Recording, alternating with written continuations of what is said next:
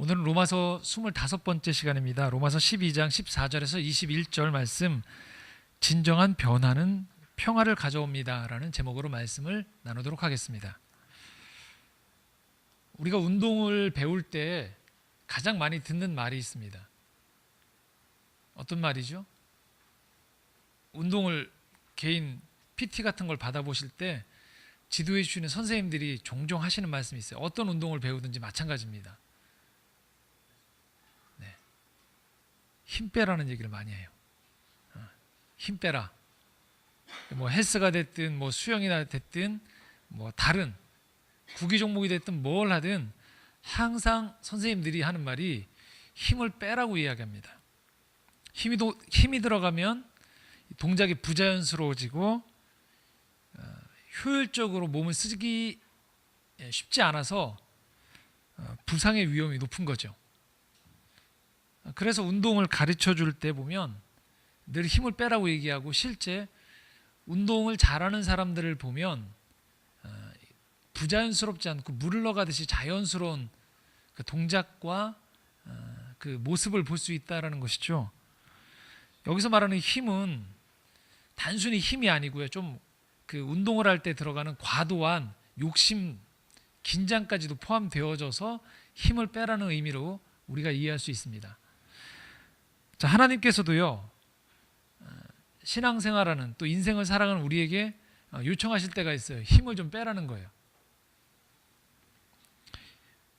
힘을 빼야지만 우리의 삶이 그 운동선수가 자연스러운 동작이 나와서 실력 발휘하고 그 경기가 부상이 없이 잘 치러지듯이 우리 삶에서 이 힘이 빠져야지만 자연스럽다라는 거예요.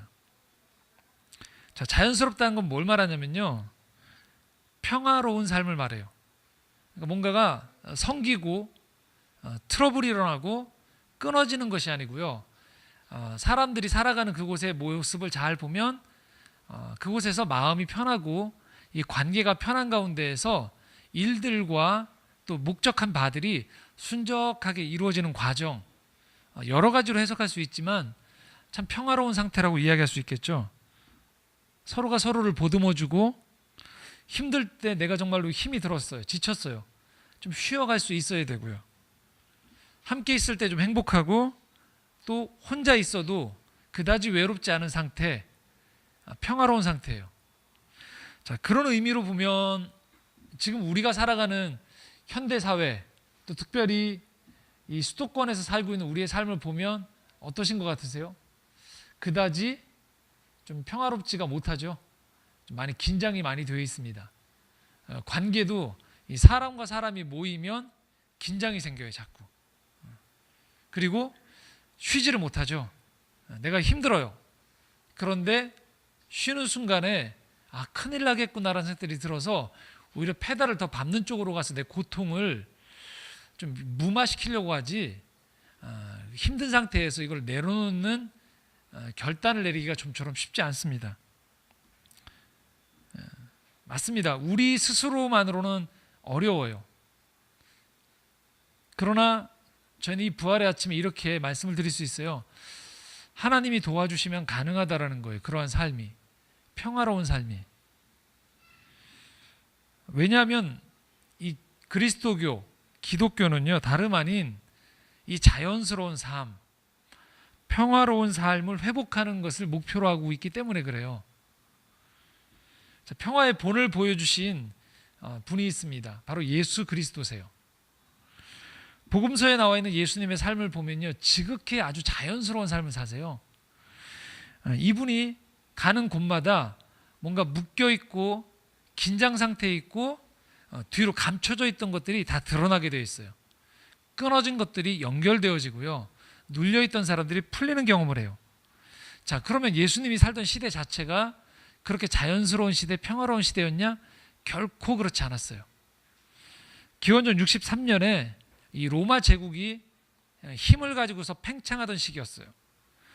이 팽창하던 힘이 어디까지 다다르게 됐냐면 유대 팔레스타인 지역까지도 점령을 하게 된 거예요.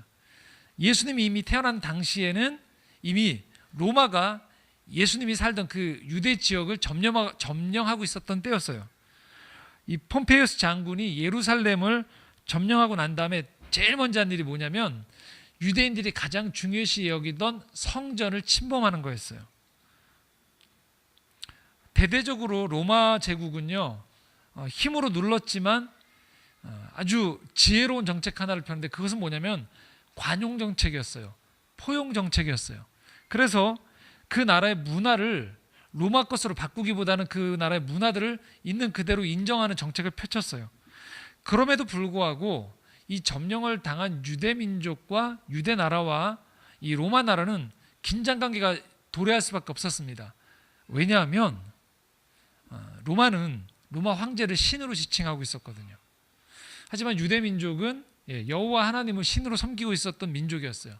충돌이 일어날 수밖에 없겠죠. 그래서 끊임없이 이 유대 민족은 하나님 나라가 도래해야 된다고 생각했었어요.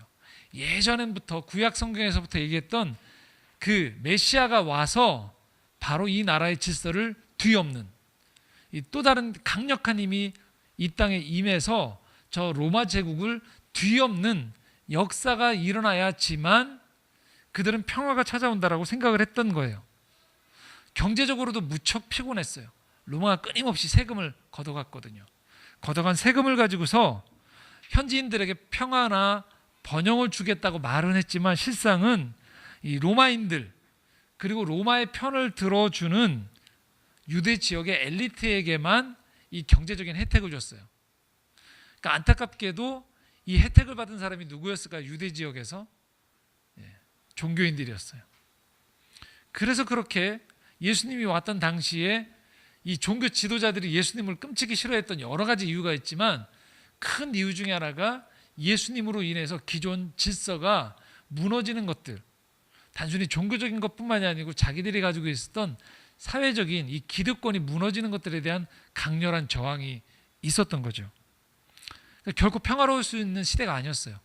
백성들도 메시아를 기다리고 있었지만 그 메시아는 온유한 메시아가 아니었어요. 어떤 메시아였을까요? 이 로마를 뒤엎을 수 있을 만한 강력한 힘을 가진 메시아를 원했던 거예요. 그런데 예수님이 등장하셔서 사람들이 기대했던 바하고 전혀 엉뚱하게 행동하신 거였어요. 전혀 기대가 어긋난 거죠. 율법을 더 완벽하게 지켜야 되는데 예수님의 모습을 보면 안식일에도 자꾸 제자들 데리고 다니면서 먹고 일을 안 해야 되는데 자꾸 병자들을 고치는 거죠. 성전을 그렇게 중요시 여기는데 이 성전이 사흘 만에 무너질 거라고 얘기하는 거예요.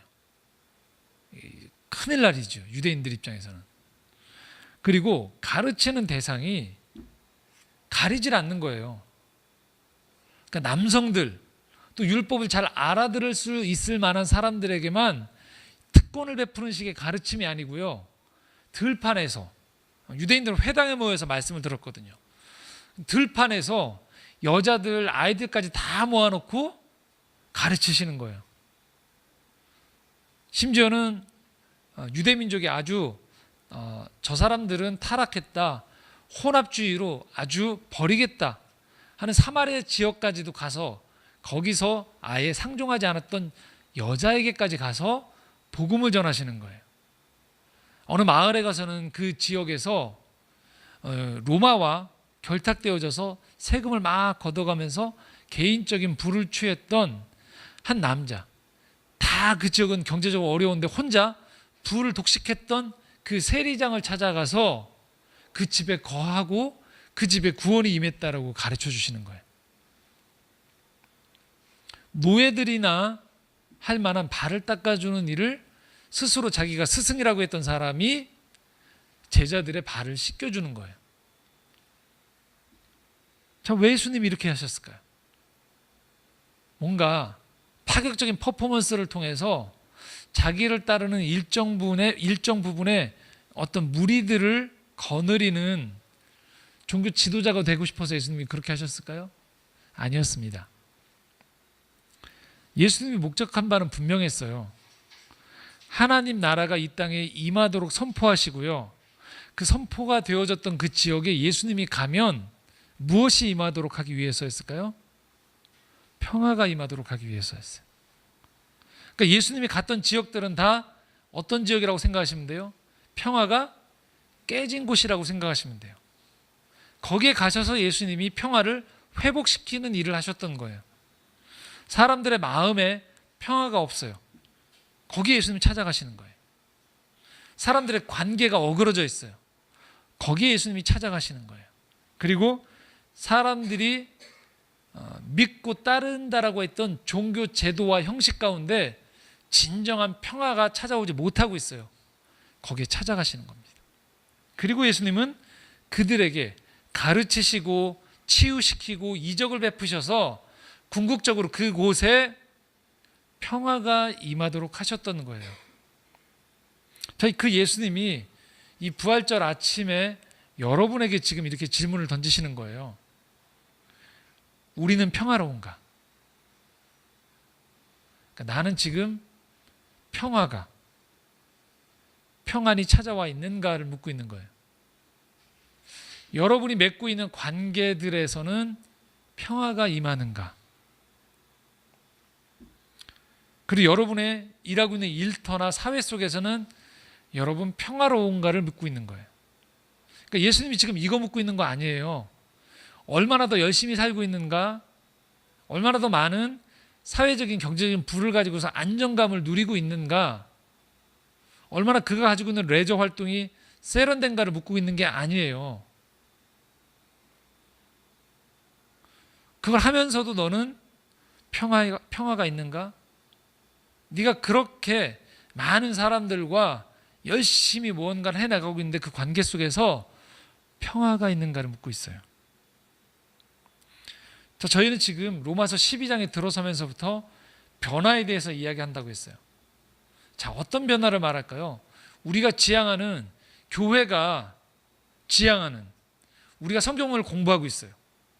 한국 사회에 이렇게 교회가 많다고 해요. 여러분도 지금 이 주일 아침에 함께 모여서 예배를 드리며 말씀을 듣고 있는데요. 자, 내가 변화가 되어졌다. 뭘 말할까요? 평화가 찾아왔는가? 나는 평화로운가? 내가 맺고 있는 관계들은 평화로운가를 주님이 묻고 있다라는 거예요. 자, 지금 오늘 우리가 읽었을 때 이 모든 말씀을요, 어떤 렌즈를 가지고 보느냐에 따라서 달라 보일 수 있는데요. 여러분, 평화의 눈으로 이 말씀을 보기 시작하면, 왜 변화가 된 사람들, 로마서 12장 1절에 너희의 삶으로 예배를 드려라 라고 하셨던 그 말씀이 구체적으로 적용되어지는 게 그냥 직장에서 신회가 생기는 정도, 한 번 더 예배를 빠지지 않고 드리는 정도가 삶의 예배가 아닌, 삶에서 예배를 드린다는 게 이런 거구나를 보여주시는 내용들이에요. 그리고 지금 여러분들이 함께 나누신 이 말씀들이 여러분 삶 가운데서 만약에 평화가 깨졌다라면 이 중에 오늘 말씀을 들으시는 것 중에서 와닿는 것 하나만이라도 여러분 가운데 적용해 보실 때 거기에 평화가 찾아온다라는 것입니다. 14절부터 한번 읽어보도록 하겠습니다. 14절 말씀 함께 읽겠습니다. 너희를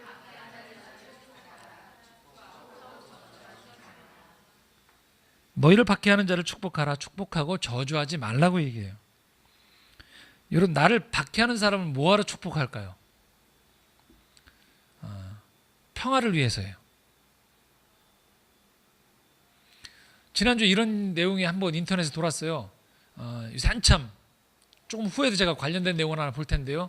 이 미투 운동 때문에 아주 막 시끄러웠단 말이에요. 그러니까 한 배우가 자기한테 연관된 어떤 문제가 있었어요. 그러니까 인터넷에 해명글을 올렸어요. 그리고 맨 마지막에 추신에 이런 얘기를 붙였어요. 상대방에게다 이렇게 얘기했죠. 기억나십니까? 내가 맞다. 틀리면 1억 내기 하자라고 했어요. 1억 내기 하겠다라고. 자, 여러분, 이게 이쪽 편에서는 이해가 되는 내용이에요. 그렇죠? 내가 맞다고 생각하니까 양쪽에 팽팽하는데 내 얘기가 틀리면 내가 1억 내기 하겠다라고 했어요. 자, 이게 일반적인 내 편에서는 이해가 되는 내용이에요. 자, 그런데 여러분, 대치 상황, 그러니까 싸우는 상황에서 내가 1억 내겠다 하면 상대방이 어떻게 나올까요? 그래, 저쪽 사람이 1억을 낸다니까 내가 1억을 못 내겠구나. 이 싸움을 중단해야겠구나라고 나올까요? 아닙니다. 어떻게 나왔냐면 상대방이 그래? 그러면 10억 내기 하자고 나왔어요. 그게 돌아가는 방식이에요. 그러니까 내가 1억 내기를 하겠다라고 하면 싸움이 끝쳐질 줄 알았더니 상대방은 어떻게 나와요? 그래? 그럼 나는 맞으니까 뭐 10억 내기 하자로 더 세게 나오는 거예요. 여러분 인생을 살아가시면서 한번 돌아보시기 바랍니다. 누군가 나를 박해하고 있어요. 그러면 그 박해 못지않게 더 큰 박해를 내가 가하려고 하면 싸움이 끝날까 안 끝날까요? 끝나지 않는다라는 거예요. 자, 말씀 하나를 더 보려고 하는데요. 갈라디아서입니다. 갈라디아서 6장 7절 말씀 한번 같이 읽도록 하겠습니다. 같이 읽겠습니다. 사람이 무엇으로 심든지 그대로 거두리라. 무엇을 심든지 그대로 거둔다는 거예요. 그러니까 나를 박해하는 사람을 향해서 내가 다시 저주의 씨앗을 심으면 어떻게 될까요? 그 저주가 다시금 열매 맺는 방식으로 돌아오게 되어진다는 거예요. 주님이 지금 여러분들이 박해받는 억울한 상황을 몰라서가 아니에요. 중요한 것은 평화가 찾아오기 위해서의 방식에 대해서 이야기하고 있는 것입니다. 자, 우리 삶에 만약에 이 갈라디아 말씀을 우리에게 적용해 본다면 이렇게 생각할 수 있어요. 여러분이 여러분의 삶의 자리를 축복의 터로 만들고 싶은가, 저주의 터로 만들고 싶은가? 근데 여러분이 하루를 시작할 때 오늘 여러분은 어떤 씨앗을 심고 계신지, 혹시 계속 아침에 출근하시면서 저주의 씨앗을 계속 심으면서 하루를 시작하진 않으시는지요? 그럴 때 결국 우리 안에 돌아오는 이 관계 맺음에 이 악순환이 끊어지지 않는다는 얘기를 건네고 있는 것이 첫 번째고요. 15절 말씀 같이 읽도록 하겠습니다. 즐거워하는 자들과 함께 즐거워하고 울은 자들과 함께 울라. 평화의 중요한 전제 조건이죠. 즐거워하는 자들과 함께 즐거워해 줄 수 있어야 돼요. 그리고 또한 우는 자들과 우리가 함께 울어줄 수 있어야 돼요. 근데 우리는 보통은 즐거워할 때 배가 아파하죠. 그리고 우는 사람들한테는 사실 어떻게 얘기할까요? 그만 울라고 얘기합니다. 그래서 우리 안에 평화가 찾아오지 않고요, 계속적인 상처받음의 균열이 많아지고 있다는 것이죠. 16절 말씀입니다. 같이 읽겠습니다. 서로 마음을 같이하며 높은 데 마음을 두지 말고 도리어 낮은 데 처하며 스스로 지혜 있는 채 하지 말라. 제가 늘 종종 드리는 말씀인데 이런 얘기 많이 한다는 거죠. 내가 여기 있을 사람이 아닌데. 그래서 늘 여기 있는 사람들이 못마땅한 거죠. 끊임없이 불편한 거죠. 저 사람들의 부족한 것들이 보이고. 그래서 오늘 말씀을 이렇게 적용해 볼 수 있을 것 같아요. 지금 현재적으로 내가 있는 곳을 소중히 여기는 것이 얼마나 중요한지, 그럴 때 그곳에 평화가 찾아온다는 것이죠. 17절 말씀입니다. 함께 읽겠습니다. 아무에게도 어디에 가서 먼저 우리가 평화를 구한다는 것은 무엇부터 자꾸 머리에 그리는 것을 말하냐면 이곳에서 내가 할 수 있는 선한 일이 무엇인가라는 거예요. 중요한 기준입니다. 보통 우리가 여기 가서 우리는 이런 것들이 본능적으로 발휘되어지거든요. 여기에 내 편이 없나 부터 먼저 살펴요. 그런데 하나님은 이렇게 얘기하시거든요. 먼저 선한 일을 도모하라는 거예요. 그럴 때 하나님이 함께 하심으로 말미암아 이 선한 일을 하는 사람을 알아차리는 사람이 우리 가운데 자꾸 붙게 되어진다는 거예요. 그렇기 때문에 여러분, 어느 곳에 가셔서 자꾸만 내 편을 찾기 이전에 이곳에서 선한 일을 찾기를 구하시라는 거예요. 18절 말씀입니다. 함께 읽겠습니다. 할 수 있거든 너희로서는, 그래도 감사한 말씀이죠. 뭐라고 써있죠? 할 수 있거든. 완벽하게 화목하라고 얘기하지 말고 할 수 있거든. 그러니까 여러분이 살아가는 방식 자체가 자꾸 대립하고 투쟁하고 사람들을 따돌리는 쪽으로 가지 마시고 할 수만 있다라면 여러분이 가지고 있는 선한 의향을 가지고서 화목을 추구해 나가시라는 거예요. 경쟁하는 방식, 다투는 방식이 아니고 화목하는 방식으로. 자, 여러분들 돌아보시면 안타까운 게 그래서 이런 방식이 안타까운 거예요. TV를 보시면 왜 국회의원들이 왜 이렇게 많이 싸울까요? 저는 직업을 폄하하기 위해서가 아니에요. 왜 그럴까요? 대체로 여러분 국회의원이 되신 분들이 모자란 분들이 될까요? 똑똑한 분들이 될까요? 똑똑한 분들이 되시죠? 자, 똑똑한 분들이 똑똑한 자리에 올라가는 방식이 어떤 방식으로 살아왔을까요? 예, 내가 맞다는 것을 증명하는 방식으로 계속 살아왔어요. 도무지 상대방의 이야기를 듣고 아, 그렇군요 하고 수용하는 방식으로 나의 모자람을 다른 사람들을 통해서 채워가는 방식으로 가지 않아요. 대체로 투쟁에서 이기는 방식으로 올라갑니다. 특별히 우리나라 국회의원 중에 많은 분들이 법 쪽에 계셨던 분들이 국회의원이 많이 되시거든요. 퍼센티지로 보면 상당히 높습니다. 잘 싸우시죠. 틀린 것들을 정확히 지적해내죠. 상대방이 약점이 보이면 정확하게 추상같이 질책하는 모습들이 참 많습니다. 한 개인을 두고 또는 어느 한 정파를 두고 제가 지금 탓하는 것이 아니고요. 우리 한국 교육이나 한국 사회 자체가 자꾸 이런 방식으로 많이 돌아왔다는 거예요. 안타깝게도 그래서 그것들이 교회 안에도 그대로 적용이 돼 버렸어요. 그래서 교회에서도 굉장히 경쟁적으로 이 모든 것들을 해나가는 것들이 많습니다. 대표적인 게 뭐 하고 난 다음에 꼭 왕자를 붙여요. 무슨 전도왕, 섬김왕 뭐 이런 식으로 자꾸 왕자를 붙여서 뭔가를 더 많이 하는 사람들에게 인센티브를 주는 방식으로 계속 가게 되어집니다. 학교에서 했던 방식 동일하게 이 안에서도 자꾸 상급을 주면서 이것들이 또 다른 경쟁 체제로 몰아가게 되어지는 분들이 참 많아진다는 거예요. 한번 교회 안에서 쓰는 용어와 우리가 하는 것들도 되짚어 볼 필요가 있다는 거예요.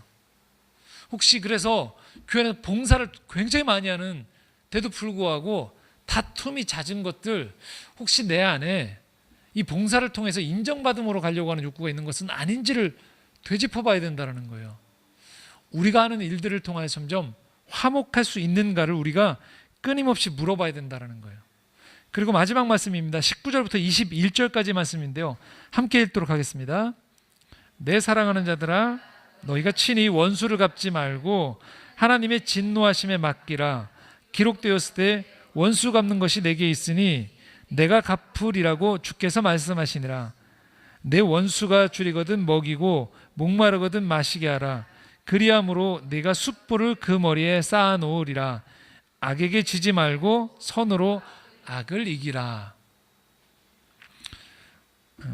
이 말씀은 한마디로 말하면요, 우리가 하고 있는 행위를 통해서 선으로 악을 이기라는 것은요, 상대방의 행위를 압도하라는 얘기예요. 여기 보시면요, 20절에 보면 이게 잠언에 나와 있는 잠언 25장의 21절에 나와 있는 말씀을 인용한 말씀인데 참 어려운 말씀이에요. 내 원수가 줄이거든 먹이고 목마르거든 마시게 하라. 그리함으로 내가 숯불을 그 머리에 쌓아 놓으리라. 여러분 혹시 성경부 열심히 하는 분들은요, 이 구절을요 해석을 찾아보시면 너무나도 다양합니다. 저도 굉장히 다양한 방식으로 이 구절들을 설명했었거든요. 근데 오늘 이 설교를 준비하면서 저희 나라에서 굉장히 이 성경 원어를 분석하는 분 중에 가장 권위 있는 분 중에 한 분이 계시거든요. 성서공회 민영진 박사라는 분이 계세요. 그분이 써놓은 해석을 보면서 이렇게 쉽게 해석을 할 수도 있구나 라고 생각했어요. 어떤 해석이냐면요, 여기 보시면 원수가 줄이거든 먹이고 목마르거든 마시게 하라는 거예요. 내 원수를. 자, 그러면 숯불을 그 머리에 쌓아 놓으라는 거예요. 자, 숯불을 그 머리에 쌓아 놓으라. 여러 가지로 해석이 가능합니다. 어떤 성서학자들은 이렇게 얘기해요. 숯불을 그 사람한테 줘서 따뜻한 온기를 느끼게 하라고 해석도 해요. 그런데 이 성경 원어의 대가이신데요, 그분이 이렇게 해석을 하시더라고요. 숯불을 여러분 머리에 갖다 놓으면 어떤 일이 벌어질까요? 여러분 가만히 있는데 누가 내 머리에 숯불을 갖다 놔요. 그러면 근처에, 물론 머리를 타게 하려고 하는 게 아니고 숯불을 내가 옆에 근처에 놔요. 그러면 어떻게 될까요? 얼굴이 화끈거리죠. 뜨거워서요. 그거라는 거예요. 부끄러워지라는 거예요. 그냥 쉽게 해석을 하시더라고요. 그러니까 상대방이 내가 하는 선행과 내가 하는 태도를 통해서 얼굴이 화끈거리고 달아오를 정도로 부끄러움을 느끼게 된다는 거예요. 너무 거창하게 해석하지 않고. 그러니까 누군가가 이런 반응이 올 줄 알았는데 전혀 다른 방식으로 대응함으로 말미암아 상대방이 면목 없게 만든다라는 거예요. 자, 말씀을 정리해 볼까요? 자, 여기 있는 모든 말씀 14절부터 21절까지 이 모든 말씀이 다 합쳐져서 나오는 아주 중요한 귀결점은 과연 우리의 변화된 삶을 통해서 있는 그곳이 평화가 찾아올 수 있는가를 물어봤어요. 자, 특별히 제가 아까 오늘 말씀 첫 서두에 이런 얘기했죠. 힘을 빼야 된다라고. 자, 힘을 가지고 있는 사람을 전제로 드렸던 말씀이에요. 그러니까 여러분들이 만약에 지금 조금이라도 가지고 있는 힘을 가지고 어떻게 된다라는 거예요? 평화를 위해 쓸 수 있는지를 지금 질문을 던지시는 거예요. 내가 부모라면 부모가 가지고 있는 힘이 있어요. 그 힘을 가지고 자녀와의 관계에서, 내가 직장의 상사라면 내가 가지고 있는 힘을 통해서, 내가 어떤 가르치는 자리나 어떤 경력을 가지고 있는 사람이라면 그 힘을 가지고 어떻게 할 수 있는지에 대해서 지금 이 말씀을 적용해 보시면 돼요. 자, 그러나 또 한 가지 오늘 말씀에서 중요한 얘기를 더 덧붙이려고 합니다. 그러면 내가 힘이 없는 사람이라면 과연 이 평화 가운데에서 어떻게 되어져야 될까? 우리 사회에 힘이 없는 사람들은 이 내가 받았던 평화가 깨졌을 때 과연 어떻게 해야 될지 아주 중요한 문제거든요. 그래서 그 말씀을 영상을 하나 보고 나서 제가 여러분과 나누고 말씀을 마무리하려고 합니다. 최근에 나왔던 이제 방송 중에 한 내용이었습니다. 우리 사회가 그만큼 이 변화의 시기에 접어들었음에도 불구하고, 변화를 많이 이야기함에도 불구하고 우리가 아직 찾지 못한 부분이 바로 이런 부분이라는 거죠. 그러니까 힘을 가진 사람들 입장에서의 변화에 대해서 우리가 참 많이 얘기했는데, 힘을 갖지 못한 사람들에게 변화를 요청하고 그 상처들이나 무너짐들을 회복하는 것에 있어서는 우리가 아직 서툴다라는 거예요. 그런 면에서 한국교회가 이만큼 성장했다고 이야기하기 이전에 사실은 우리가 그런 부분에 있어서 눈을 뜨지 못한다는 것 자체가 아직은 우리가 진정한 변화에 도다르는데 아직 첫걸음도 떼지 못하는 것은 아닌가를 한번 생각해 볼 필요가 있다라는 것이죠.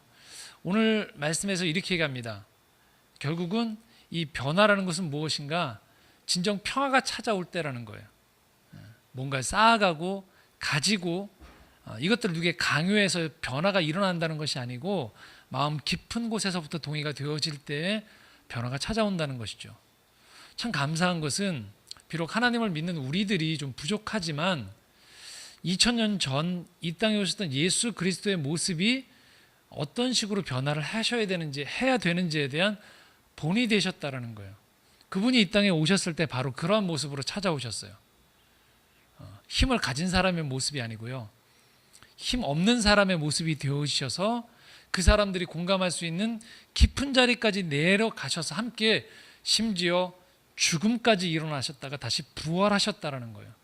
그러니까 기독교의 부활은 바로 이러한 진정한 변화가 오로지 하나님으로부터 온 이 사랑에 근거한 평화에 있지 않고서는 안 된다는 것들에 대한 그 깨달음, 그 진정한 힘이, 이 변화의 힘이 십자가의 힘으로부터 비롯될 수 있다는 것들에 대한 증언인 것입니다. 에베소서 2장 14절에 18절, 그래서 주님이 이 땅에 오시고 부활하신 목적을 이렇게 우리에게 말씀하셨습니다. 함께 이 말씀을 읽어보도록 하겠습니다. 에베소서 2장 14절입니다. 그는 우리의 화평이신지라 둘로 하나를 만드사 원수된 것 곧 중간에 막힌 담을 자기 육체로 하시고 법조문으로 된 계명의 율법을 폐하셨으니 이는 이 둘로 자기 안에서 한 세 사람을 지어 화평하게 하시고 또 십자가로 이 둘을 한 몸으로 하나님과 화목하게 하려 하심이라. 원수된 것을 십자가로 소명을 하시고 또 오셔서 먼 데 있는 너희에게 평안을 전하시고 가까운 데 있는 자들에게 평안을 전하셨으니 이는 그로 말미암아 우리 둘이 한 성령 안에서 아버지께 나아감을 얻게 하려 하심이라. 그렇습니다. 예수 그리스도의 십자가는 바로 이것을 말하는 거예요. 내가 이 땅에 와서 십자가를 지고 오셨던 이유, 십자가에 죽고 부활하신 이유는 다름 아닌 평화, 화평 때문이라는 거예요. 오늘 우리가 하나님을 받아들인다는 것, 여러분 마음 가운데 혹시 누구에게 털어놓지 못한 깊은 약자의 마음, 상처받은 마음이 있습니까? 그렇다면 여러분에게 예수님이 친구가 되신다는 거예요. 여러분이 충분히 울 수 있을 때까지 기다려 주시는 분이 예수 그리스도예요. 아직 찾아오지 못한 그 변화에, 그 인생의 그림자 때문에 여러분이 주저하고 있는 부분에 찾아오시는 분이 바로 예수 그리스도입니다. 그래서 이 부활이 여러분의 부활이 될 수 있다는 거예요. 오늘도 우리가 예수님을 믿는 이유는 바로 그분이 내 인생에 진정한 평화를 주실 수 있는 분이다라는 고백인 것이죠. 더불어서 그렇게 평화를 누린 사람들, 우리가 이 땅을 살아가는 방식이 바로 이 예수님의 방식이 되어져야 된다는 거예요. 어떻게 해요? 그가 십자가를 지시고 살아가셨던 방식처럼 악에게 지지 않고 선으로 악을 이기듯 오늘도 악인에게 머리에 숯불을 놔주고요. 그리고 그를 선대하고 축복하는 방식으로 주님이 이 땅에 오셔서 끊임없이 심지어는 십자가에 달려 돌아가는 그 순간까지도 아버지여 저들에게 죄를 돌리지 마소서, 저들이 자기들이 하는 일을 알지 못하나이다 라고 하심으로 말미암아 악순환의 보복과 폭행의 이 악순환의 고리를 끊고 화해와 용서의 자리로 들어가심으로 말미암아 궁극적으로 이 땅에 이 평화를 가져오셨듯 하나님이 오늘 우리에게 요청하시는 것이 바로 이 땅 살아가는 가운데에서 이 십자가를 지고 가는 삶, 평화의 삶, 회복의 삶을 요청하신다는 것입니다. 부활하신 주님을 찬양하기 원합니다. 그 주님이 오늘 여러분의 마음 깊은 곳에 깨어져 있는 이 불안과 불화를 회복시켜 주실 것입니다. 그리고 그 주님을 의지하는 가운데 세상에 나아갈 때 여러분의 관계 속에서 그렇게 평화를 허락해 주실 것입니다. 또 한 가지, 오늘도 이 땅 가운데에서 아직 이 그리스도의 복음이 미치지 못하여서 힘이 없어서 울고 있고 또 상처받고 신음하고 있는 사람들 가운데 주님이 함께 하실 것입니다. 또 할 수만 있다면 우리가 주님의 손과 발이 되어서 그들에게 이 평화를 전해줄 수 있으면 좋겠습니다. 기도하시겠습니다.